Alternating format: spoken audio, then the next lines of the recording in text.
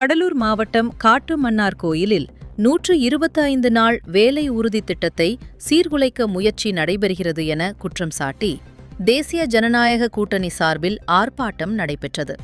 அதிமுக கழக அமைப்பு செயலாளர், முன்னாள் அதிமுக சட்டமன்ற உறுப்பினர் முருகுமாறன் தலைமையில் நடைபெற்ற இந்த நிகழ்ச்சி ஒன்றிய அலுவலகம் எதிரில் நடைபெற்றது. கட்சி மேல்நிலை தலைமையின் அறிவுறுத்தலின் பேரில் நடத்தப்பட்ட இந்த போராட்டத்தில் மூத்த நிர்வாகிகள், கூட்டணி கட்சி நிர்வாகிகள் பலர் கண்டன உரையாற்றினர்.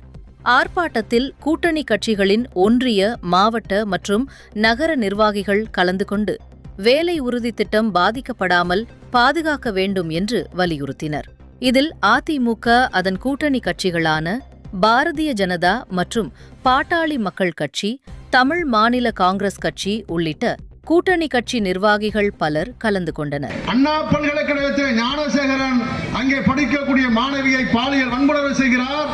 அது மாத்திரமல்ல, சாரையும் நீ திருப்திப்படுத்த வேண்டும் என்று சொல்லி இந்த நாட்டின் அமைச்சர் ஒரு பேரை சுட்டிக்காட்டுகிறார் என்று சொன்னால், பள்ளியிலே படிக்கிற மாணவிக்கும் பாதுகாப்பில்லை, கல்லூரியிலே படிக்கிற மாணவிக்கும் பாதுகாப்பில்லை, வீதியிலே விளையாடுகிற குழந்தைக்கும் பாதுகாப்பில்லை. ஏமாற்றாதே ஏமாற்றாதே தேசிய ஊரக வேலை உறுதி திட்ட பணியாளர்களை பொய் சொல்லி ஏமாற்றாதே.